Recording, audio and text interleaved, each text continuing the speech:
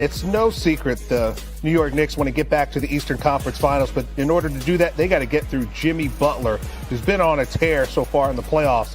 188 points in the postseason off the R.J. Barrett missed layup. Kevin Love, look at the outlet.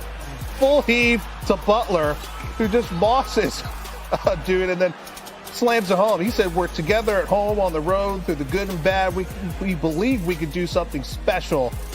At one point, the Heat were down 12, so we go to the fourth. A scary moment for Miami. Butler getting tangled up with Josh Hart, holding his ankle after the play. We're going to take another look at it. Clearly rolls it. He refused to come out of the game. Still had 25 points, 11 rebounds. Eric Spoelstra, what about the resilience? But that certainly is inspiring that he would not come out of the game and to be able to finish the game. Just infused a bunch of confidence to the rest of the guys that we have to finish this off. So Kyle Lowry would help lead the Heat in the final minutes of the fourth, dishing to Bam, spin, slight work. Lowry had 6 helpers. Miami only shot 42%, but made the shots when it mattered. Tough baseline jumper there. He accounted for 30 points. His teammates shot 6 of 11 off his passes. They go on to win by 7. They take game 1 of the series. 5-1 this postseason. The first 8 seed to win 5 of the first 6 postseason games. The first, Jimmy Butler. He sprained his ankle, several times, with us. I know him. I know when I can look in his eye, he assured me that he wasn't going to be a liability, and he wanted to stay in there and make sure we get this win. I mean, that's the most important thing. We've had a lot of chaos and a lot of things going on, but main thing being the main thing, we got to secure and get the win. And then we'll figure out what happens in the next 48 hours. So the Heat need Butler, but the Knicks also have some work to do. This is the 8th time they've lost game 1 at home. They've never come back to win the series. Only the Trailblazers have a worse series record after dropping game 1 at home. Stephen A., he had a lot on his mind after Sunday's loss. Shooting 43% from the field and 33% from three-point range usually doesn't equate to a victory in a playoff game, but it did for the Miami Heat in game 1 of their series against the New York Knicks. So why is that? It would be because Jimmy Butler made sure he put up buckets, because Kyle Lowry helped, because Gabe Vincent helped, along with a multitude of Miami Heat players who were hitting perimeter shots, and the New York Knicks seemed ill-equipped to do anything about it. Jalen Brunson couldn't get anything going from three-point range, missing all 7 of his shots. Of course, R.J. Barrett was hot in the first quarter, but tailed off as the game waned.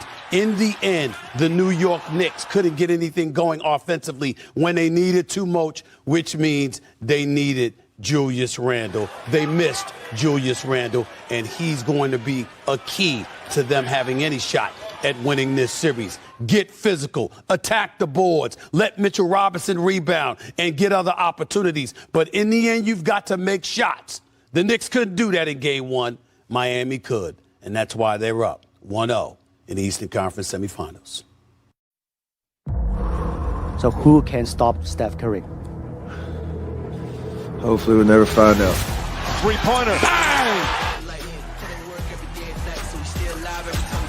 Scoop layup is up. It's good. Puts it in. Oh, Steph Curry from way downtown. A 50-point Game 7. One of the greats of all time showed us once again what he's capable of doing as he chases his 5th ring. You got that right, Mike Breen. So, listen, that was all Curry, but there was plenty of good for the Kings, too. Snap of that 16-season playoff drought, the longest in NBA history, got to the postseason by winning their most games since 2005. As our Mark Spears reports, the Kings leader, once a Warriors assistant, making sure one of the NBA's youngest teams keeps the proper perspective. Head coach Mike Brown walked into a somber Kings locker room and kept it simple and brief in the last speech of the season. The NBA Coach of the Year told the Kings that they had nothing to hang their heads about. They had an amazing season, and there will be many more purple beams to light in the future. Sure, the Kings were crushed about losing in a deciding Game 7 at home against the Warriors. But entering the season, most NBA pundits laughed at the mere notion that the Kings could end their 16-season streak of not making the postseason. Behind All-Stars De'Aaron Fox and Domantas Sabonis, Sacramento did just that and also claimed their first Pacific Division title in 20 years. The Kings now have a stable foundation with Brown, Fox, Sabonis, and rookie sensation Keegan Murray while playing in front of an awakened cowbell-clanging fan base in Sacramento.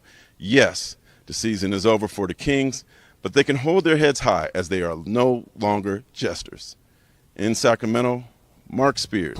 Win the third quarter, win the game, as evidenced on your screen. So in the seventh and deciding game, no surprise that the third quarter was huge. Warriors ended the third quarter down 2, and then the Splash Brothers, one in particular, went off in the third. Thompson didn't have a great shooting game, 4 for 19, but that's one of Golden State's 15 triples. And then Curry at 22 paint points, incredible dexterity. Warriors extend the lead to 7, and then Curry just blowing by Keegan Murray, who just disappeared down the stretch in this series. Had a great rookie year, but no match for Curry there. Oldest player to score 30 in a Game 7 in NBA history. He'd go on to become the only guy to score 50 at any age in a Game 7. And then, man, I told you Thompson struggled, but do you want anybody else except maybe Curry taking a big shot when it really matters? Scoring or assisting on 30 of the 35 in the third. They win the third quarter 35-23. Remember what I said. You win the third, you win the game. They won the third by a dozen. In the fourth, Curry up to his old tricks. Incredible. Made 20 baskets. That one of them. He's sitting at 40.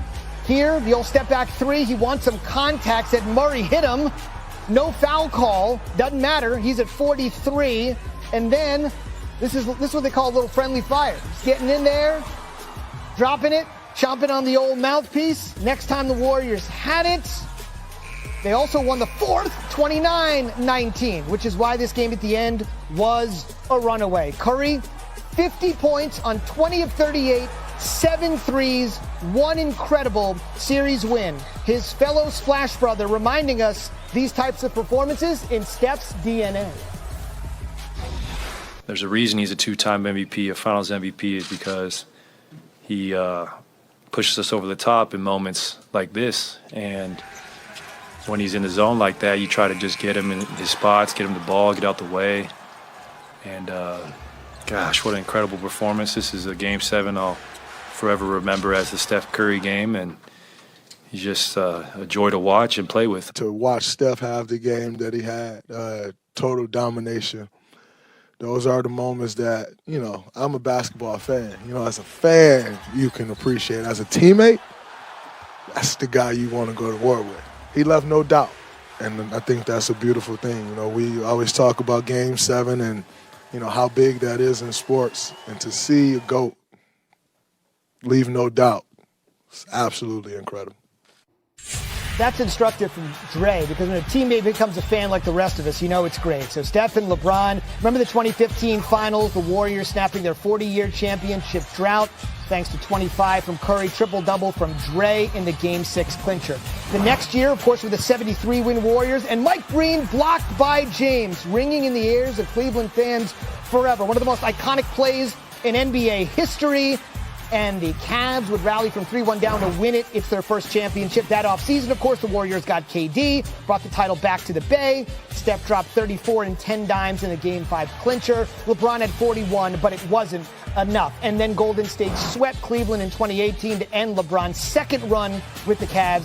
Steph poured in 37, had 7 threes, the most threes ever in a finals clinching win. And on Sunday, 50, the most ever in a Game 7.